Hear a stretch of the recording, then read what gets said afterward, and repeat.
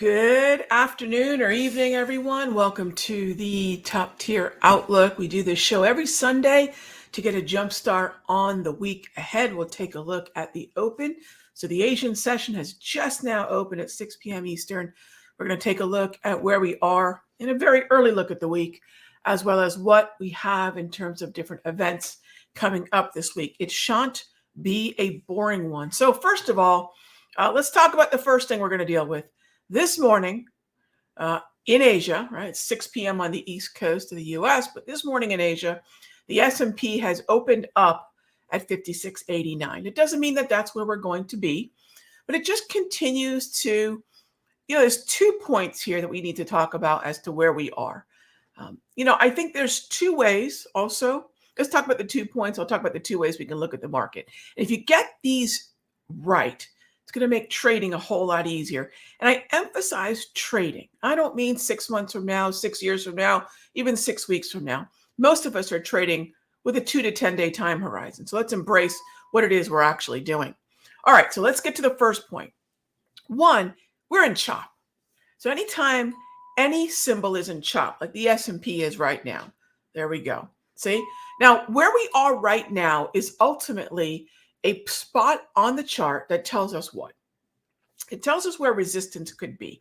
Now, I'm using a continuous contract here, which is to say, if I'm looking at a continuous contract, what it's telling me is where we are in terms of where the S&P is, regardless of the contract month. Oh my gosh, give me 1 second here to quiet my phone. All right, so what we want to remember is if we look at the transition throughout the year, there are 4 contracts that we're looking at the S&P. But also keep in mind, because every one of these contracts is associated with a delivery month. I know that sounds ridiculous, delivery on the S&P, but remember, futures contracts were born of things that we consume, like oat and wheat and oil and whatnot, right? So there's a delivery month. But think of it this way. Where do we think a certain contract will be as it ends? So think about that again. Where are we going to be as a certain contract ends? So right now, if you take a look, the optimism around the December contract, which is the Z contract, is quite high. Now, we're in the U contract, which is September, but it doesn't really matter, right? I know a lot of folks get caught up with, but we change contracts. Remember, we're still measuring the same thing. It wasn't as if the previous contract was the S&P 400 and now we're looking at the S&P 500. No, it was the September opinion, the September contract delivery of the S&P versus the December. So as we look further and further out, as we are going from September to December, we're bullish, right? We're bullish. So folks say, Rog, what do you think about where we're going to end this year? I don't know where we're going to end, but clearly the December delivery contract, again, remember that expiration, that contract is telling us we're optimistic. Now, there's a lot of things to remember about any kind of gap. Number 1, this Friday, let's talk about the event. So I said there was 2 things we need to keep in mind. Number 1 is this is chop, right? Number 2 is it's bullish chop. We can definitely see a lot of strength here.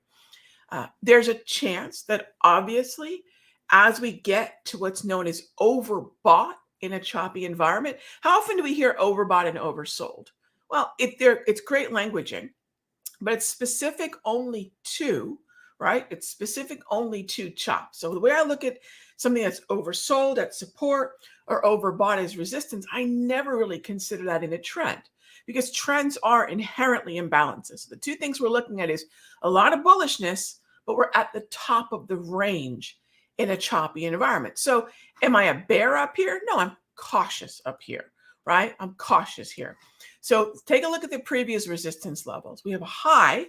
Now, remember, as we look at a continuous contract, when I point out this July 16 high, that was part of the U contract, but we don't go back looking at the year saying, oh, but that was March, right? Or this was, this is the March contract, this was the June contract, and this was the September, now it's the December. Now, when we step back, we look at it as the S&P, and it's a continuing opinion about where the S&P is going to be, right? So that's the first thing. The second thing is anytime we do have resistance, I'm looking at this July 16 high at 57.21 and a quarter. And I'm also keeping an eye on the August 26th high at 56.69. So in this area, I would not be surprised at all if there's some selling pressure. Now, first thing on a Sunday evening, what is this, 4 or 5 minutes into the session for the Asian Open, I'm not going to make any, big decisions about what this gap means, but it does tell us a lot about expectations about where this December S&P is heading. Still pretty darn bullish. All right. That's the first thing. The second thing is, what could make us change our minds about the value of the S&P as we're sitting up here. Now, this doesn't matter if I was looking at the NASDAQ. This doesn't matter if I was looking at the Dow, the S&P, the Russell. Each one of them are made up with their own stocks, their own sectors. The S&P is just the coolest way to look at something that reflects a little bit of the NASDAQ and a little bit of the Dow, right? So it's an interesting mix of the two. As we go through the week, Monday is probably not going to be a very big deal with the Empire State Manufacturing Index. Tuesday is probably not going to be huge. However, because this is a consumer behavior related data release on Tuesday the 17th, core retail, home sales, consumer sentiment, the even employment, anything that measures what the consumer is buying, if they're buying, how much they're buying, what they're buying, and if they have jobs. These have definitely taken the upper echelon of our attention. What used to be pretty much inflation and inflation only has become, hey, what's the health of the consumer? Are they employed, and what are they buying, and how much of it? All right. So this would definitely be in that consumer behavior, consumer employment type bracket, right? Core retail. So we'll keep an eye on that one. Now, normally I'd probably say that might be a major event for the week, but we have the FOMC on Wednesday. And this is where things get interesting, because if you're looking at this as a potential inflection point, and all I mean, gang, is we just could simply be overbought and retrace back into the range.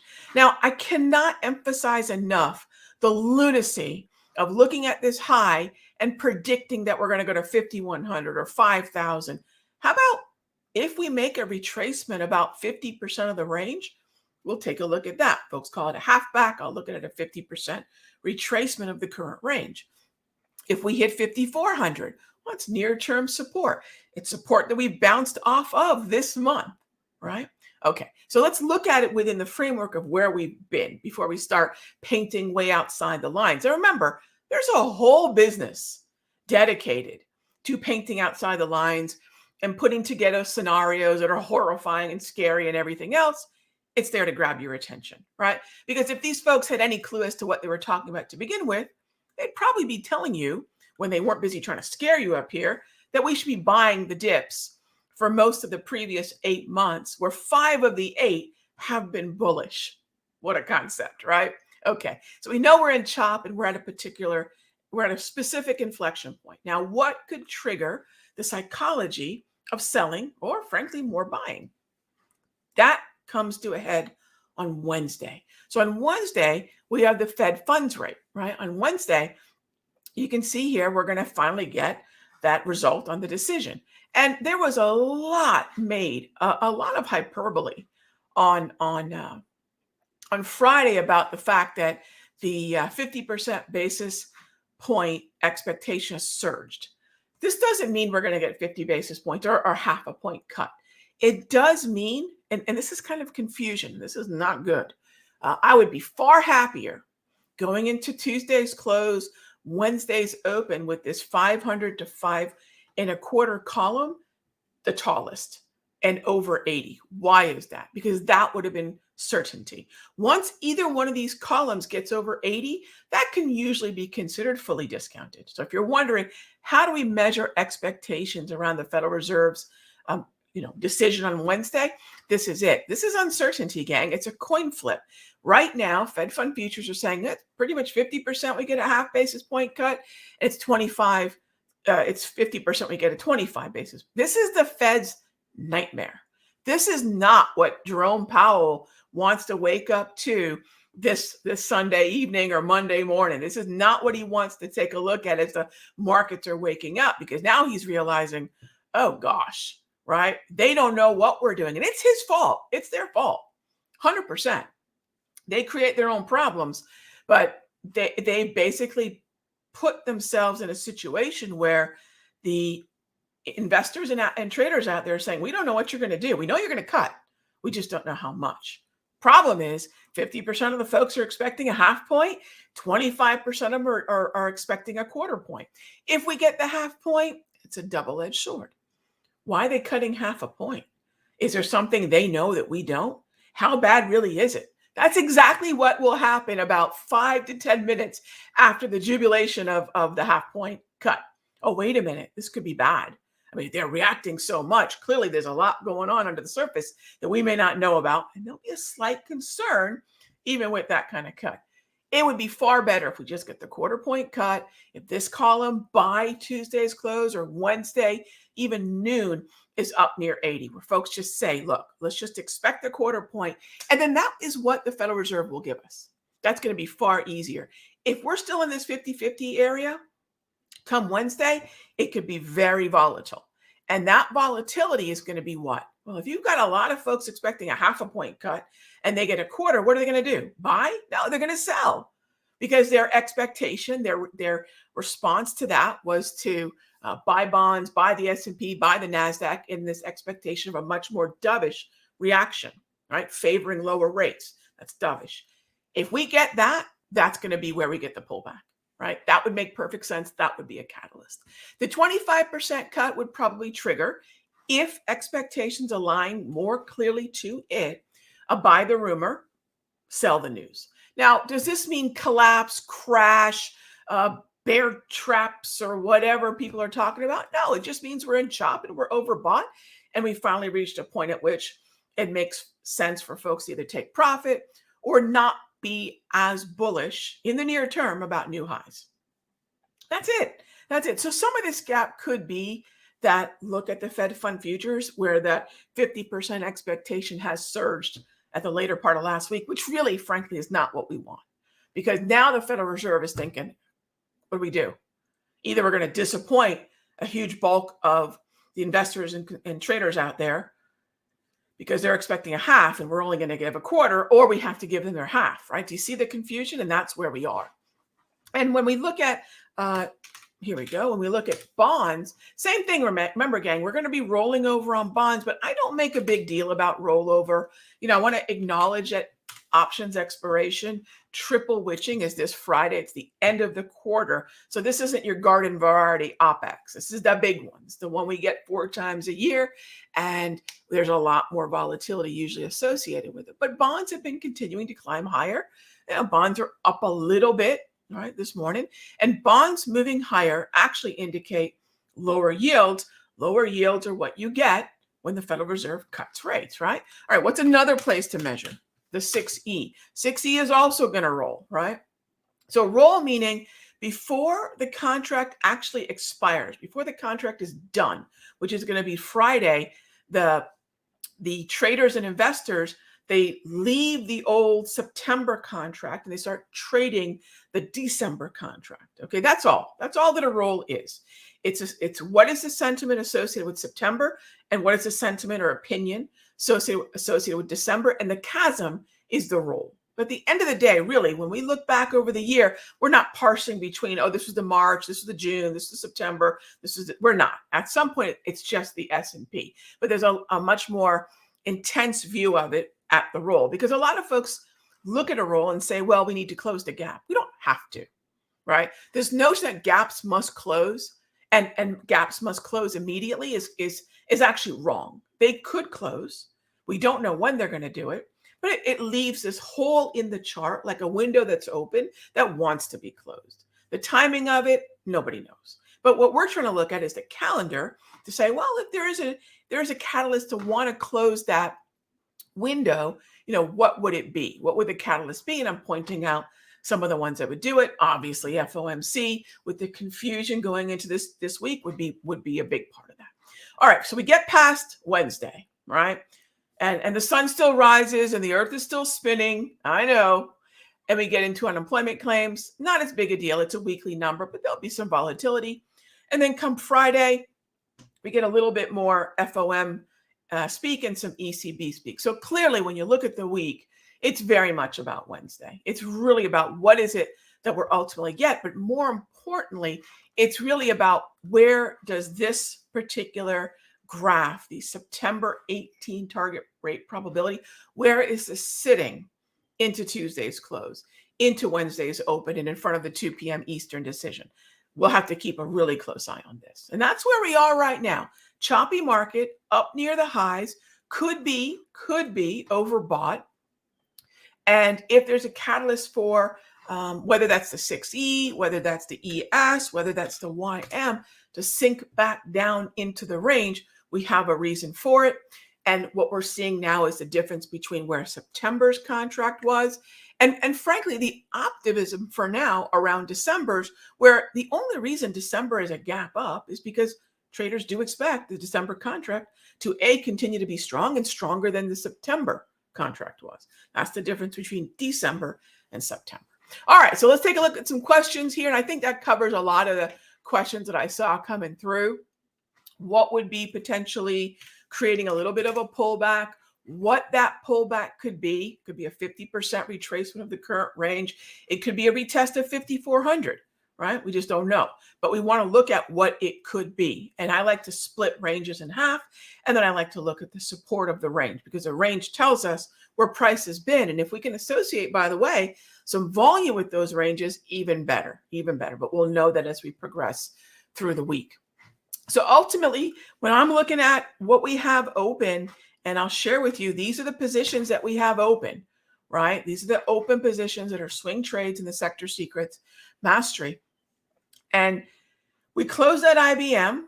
I have a lot of September 20 options expiring. All but 2 positions are going to expire on Friday. So I'm actively managing the winner, that is Coke, Gold, RTX, XLP, and Schlumberger, Johnson & Johnson, and financials have a little bit further out of date. So you can see these September 30, October 18, and October 4. So that's where we sit there on the swings. And I'm bullish. I'm still very bullish. I have one put open in terms of a position in anything, and that's Schlumberger, because of the weakness in crude, oil services, and energy stocks. Other than that, I'm an unapologetic bull. And again, if you look at Schlumberger, you can see why I'm bearish. But if you look at something like Coke, you can see why I'm bullish. And again, we're 9.5 months into the year. So let's talk about the first 8. 5 of those 8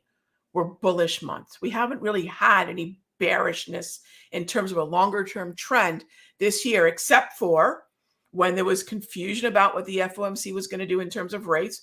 A lot of chatter that was nonsense from certain Fed members, not named Powell, who talked about rate hikes in April. Some of you might remember that. That's my one negative month this year, by the way. So far, 9.5 months in, that was my one negative month. April was very difficult.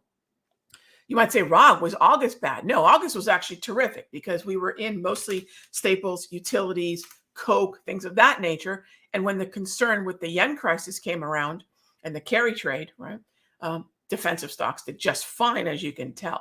So August wasn't anywhere near a problem, because at that point, the posture through September, or I should say, this posture through summer into August, September was far more defensive. Still is, by the way.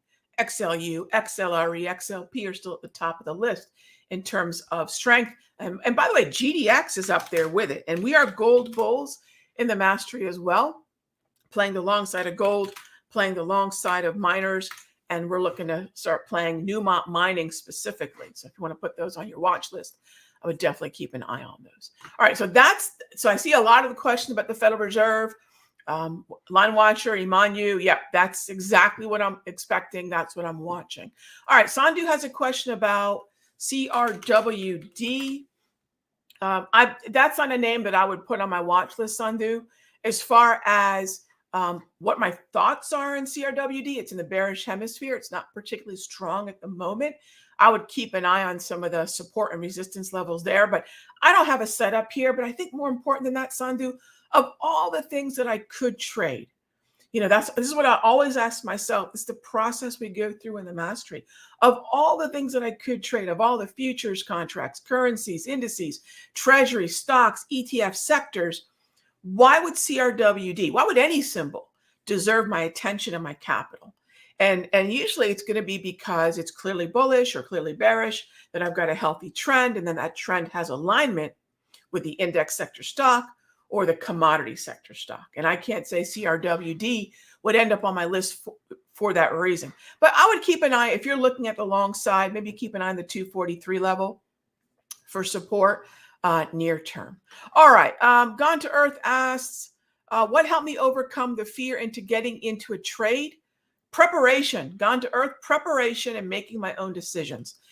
Trading is not about mirroring me or anybody else. It's not a blind trade along. Confidence comes from understanding what trade is being put on and then putting the trade on, seeing it working. So you're going through this loop of understanding, testing it out, and seeing it works. And you just keep going through that process again and again. But preparation and understanding the setup, which is why we do these shows, which is why I get into the why we're trading what we're trading conversation so much in the mastery. This is why we're so transparent about the watch list and what I'm doing day after day. In fact, this recap that I'm sending you, I send out every day to my mastery members so they can know where we're in from, what we have, where and what price. And this is in addition to the alerts that I send out. So preparation, and if you want to think about it, comprehension, right? Do I understand what's happening, or am I just thinking to myself, oh, so-and-so is a really great trader, so I'll just follow them in? Please don't do that. Nothing about our service is about, the way I run the mastery, it's a mastery. It's not the sector secrets mirror what Raghee's doing thing. Although you certainly could, but it's designed to teach you while you're putting on the trade. Because frankly, a lot of the indecision that I see traders have is because they don't understand why they're getting in or why they're taking a loss or why they're taking a profit. They don't understand. They're just kind of following along with what they think they're supposed to do. And that's never going to map to what I know everybody here wants, which is understanding what they're doing and account growth. Right? We all want those two things. So ultimately, that's the way in which, Gone to Earth, you need a process. You need a mentor and you need a process. And when you're able to do the process again and again, you're able to understand it better is the hope. And then you'll have your own confidence. You'll have your own understanding. And the fear just really starts to fade away. Look, by the way, Gone to Earth, every time I get into a trade, 32 years later, I still get some butterflies. That is healthy. That means I respect what the market's capable of doing, and I haven't deluded myself into thinking that just because I want to be a buyer, magically everything's going to work out, right? That's why we have stop losses. That's why we have position sizing rules and understanding the risk to the account and the risk to target, right? So I'm always thinking about what if I'm wrong? So yes, we should be a little bit of butterflies, but it shouldn't be fear. And fear usually comes from not understanding why we're doing what we're doing. All right. So I hope that kind of helps in terms of what we're doing, what I've got, and what I want to continue to do. This week will be tricky because of FOMC, and I will continue to focus on where the trends are, which kind of comes back to the simple thing, kind of come in full circle. Do I have to trade the S&P? I don't. I need to know, do I have to trade the NASDAQ or the Dow or the larger averages? I don't. Can I trade the outperforming sectors within them that are stronger? There are sectors within each one of these that sometimes look better than the index itself, right?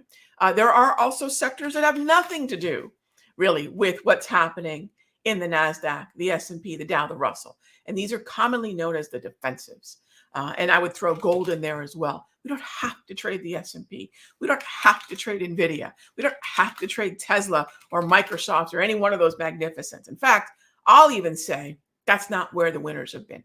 So focus on where the trends are, know where the hot zones are on the calendar, and let's see how this week goes. As always, gang, thanks so much for being here for our top tier outlook.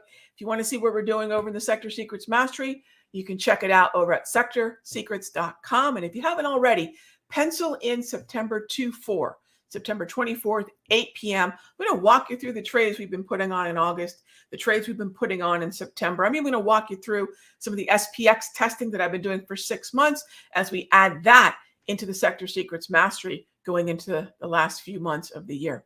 So I'll see you there September 24, 8 p.m. Have a great rest of your day. I'll see you tomorrow for Charts and Coffee. All right, be good to each other, gang.